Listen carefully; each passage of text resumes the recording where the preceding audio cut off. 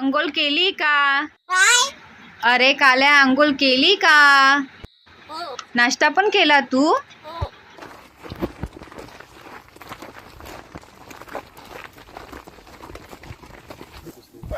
आवाज देतो. दाखवतो. 10-15 वर्ष आपल्या इकडे परप्रांतीय राहतात, ते मराठी बोलत नाही. तुमचा व्हिडिओ आहे का तो? तुमचा आहे हे ते काका, त्यांची मिसेस, आणि ती हिला बोलवा ना, त्या मुलीला. तिथं जाई मुलगी म्हणजे सगळं तो शोध लावला, व्हिडिओ पाहिजे आणला दिला. कुठे भेटला का काही तुला? कुठे असायचं तो? पडला होता, मार लागला होता का त्याला? त्याला तू घरी आणून केलं. मग तो तुमच्याशी रेग्युलर येऊन बोलायला लागला? नाही, तो छोटा होता ना, आता 2-3 महिने झाले बोलायला लागला. Okay okay. म्हणजे तो होता जेव्हा लहान होता, तर तुमच्या बरोबर गप्पा मारून मारून तो बोलायला लागला. आमचं एक बोलायला लागला. ते आहे की नाही?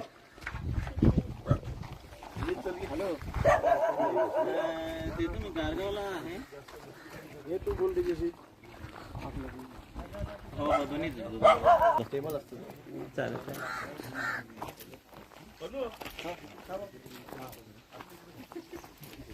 तुला बघायला बघ कोण आलेत. कोण आलेत बघ लवकर.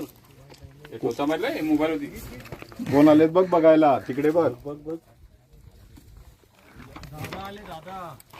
दादा आलेत बघ. मुलीला बोलवतो, त्याशी तिच्याशी बोलतो ना तो. लांबून तुला भेटायला आलेत. कोण आलेत बघ. आता किती वर्षाचा आहे तो?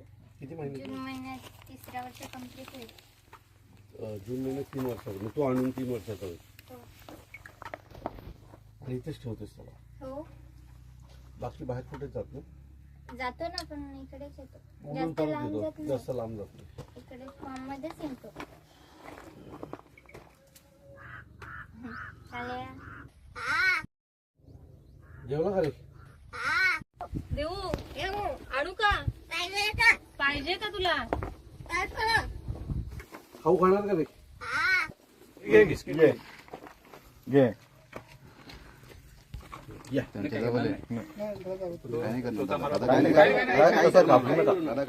बस बस. काय बरा आहेस तू? जेवला तू? जेवला का? जेवला तू? हो. काका काय जेवला? काका? काका कुठे काका? अरे त्यांना बोल, खाऊ का तो? खाऊ का तो? चावतो कशाला? खाऊ नको. फटके देऊ का? कालू तुला मराठी आवडते का? हो हो.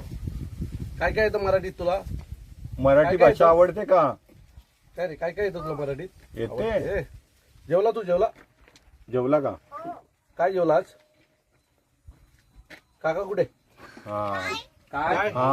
आली परतू आली. परतू कुठे आले? परतू कुठे गेले? कुठे गेले? परतूला बोलो, परतूला बोलो. कुठे गेले परतू? परतूला बोलो. गेले कुठं? तुझं नाव काय? काल्या का? काय नाव आहे तुझं? कालू का? कालू का? काय रे? नाव काय तुझं? कालू? हो. आज काकू नाही आली ना तुला भेटायला? आलेली? हा. कुठे? काय? चला टाळा. चल चल चल. सकाळ आता बोलायला सुरुवात झाली. आता सुरुवात झाली. काय काय विचार त्याला. काय रे? येतो का? ठाण्याला येतो का?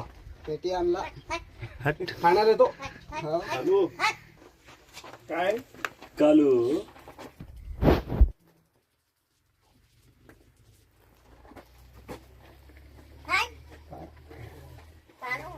कालू भाऊ, तुझं नाव कालू माहिती.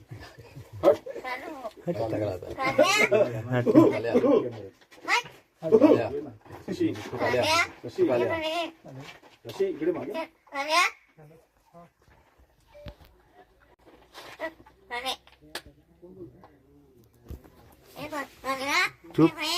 काय कुठे काळू?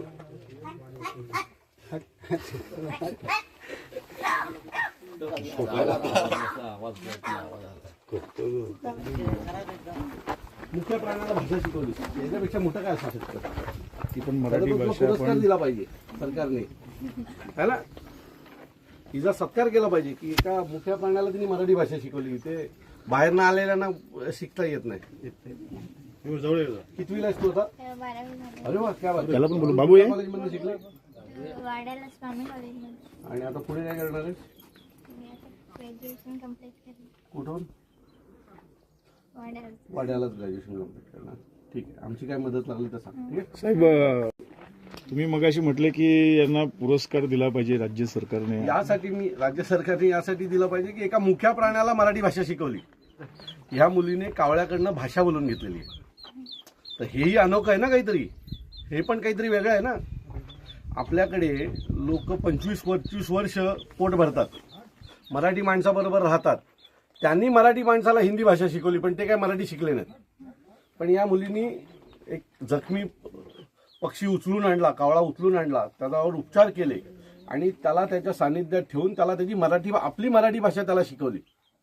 सो मला वाटतं हे अभिमानास्पद आहे आणि इच्छाशक्ती असेल तर सगळ्या गोष्टी शक्य आहेत. हे या मुलीने दाखवून दिलंय. चल.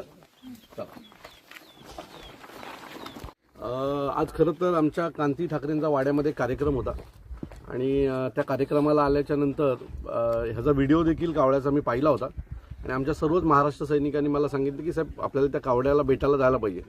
म्हणून मी आज इथे आलो आणि खरंच आश्चर्याचा धक्का बसला की एक कावळा मराठीत बोलतोय. मागील अनेक वर्षापासून म्हणजे थोडीशी कावळ्याची मी पार्श्वभूमी घेतली तर त्या एका लहान मुलीला तो कावळा जखमी अवस्थेत सापडला आणि तिने त्याला घरी आणलं आणि घरी आणून तो रोज जातो संध्याकाळी आणि पुन्हा सकाळी येतो. परंतु त्यांच्याबरोबर राहून तो त्यांची भाषा शिकला आणि आज तो मराठीमधले काही शब्द बोलतो, त्यांना आवाज देतो, जेवलात का विचारतो.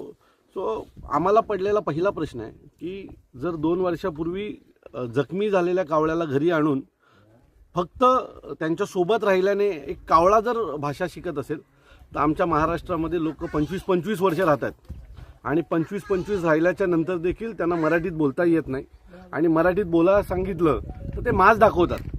खरं तर त्या सगळ्यांना त्या कावळ्याकडनं काहीतरी शिकायला पाहिजे, एका मुख्या प्राण्याकडनं काहीतरी शिकायला पाहिजे की मी जिथे राहतो मला त्या भाषेचा आदर आहे आणि समोरची माणसं जी भाषा बोलतात ती भाषा शिकण्याचा प्रयत्न त्याने देखील केला.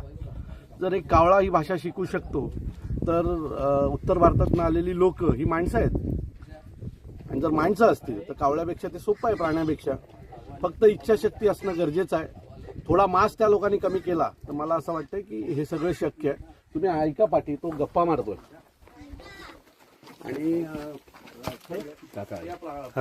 प्राण्याकडे बघून नंतर सोपी भाषा जर कुठे असेल तर ती मराठी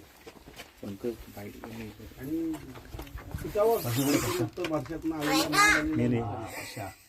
साहेब अजून एक प्रश्न असा विचारायचा की मराठी भाषेला आता जो दर्जा दिला गेला आहे अधिकृत भाषा म्हणून आणि आपण बऱ्याचशा ठिकाणी बघतोय की मनसेकडून मराठी भाषेचा कुठेतरी आदर व्हावा आणि सन्मानाने भाषा बोलली पाहिजे महाराष्ट्रामध्ये राहणाऱ्या 15 वर्षापासून निश्चित परप्रांतीय जे राहतात त्यांना